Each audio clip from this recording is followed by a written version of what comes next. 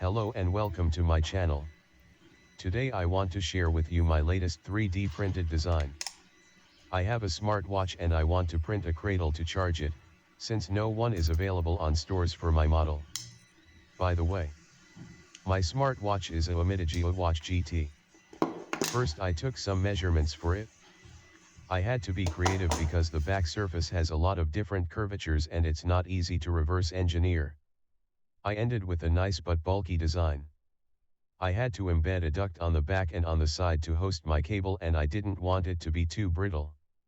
I also included something that looks like a cage to hold the watch upright with some angle. In order to have a better printing experience, I also decided to break it down in two parts and to assemble them with 2 screws. The prototype was a failure, but hey. That's what prototypes are meant for. I printed it with white PLA using a raft, at a fairly low speed, 190 degrees Celsius. Unbedding it was quite satisfactory, and also support stuck to the raft and went out in one piece. But tolerances were wrong, and the cage was interfering with the watch in so many points. Also the hole in the base for the cable was actually not big enough.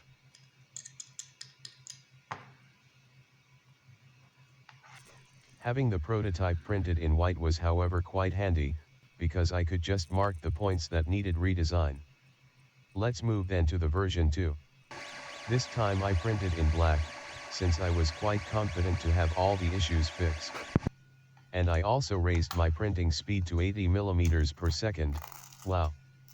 But overconfidence is a bad thing.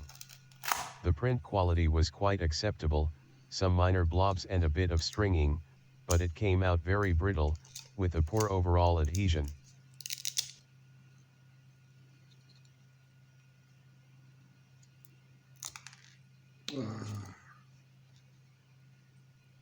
The cage broke in 2 places when cleaning and assembling it, but the prototype flaws were all correctly resolved.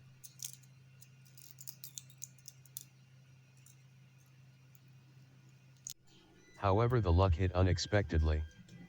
I didn't realize, until this point, that the magnet in the charging cable connector was strong enough to hold the watch weight, provided that angle on the stand was not too steep.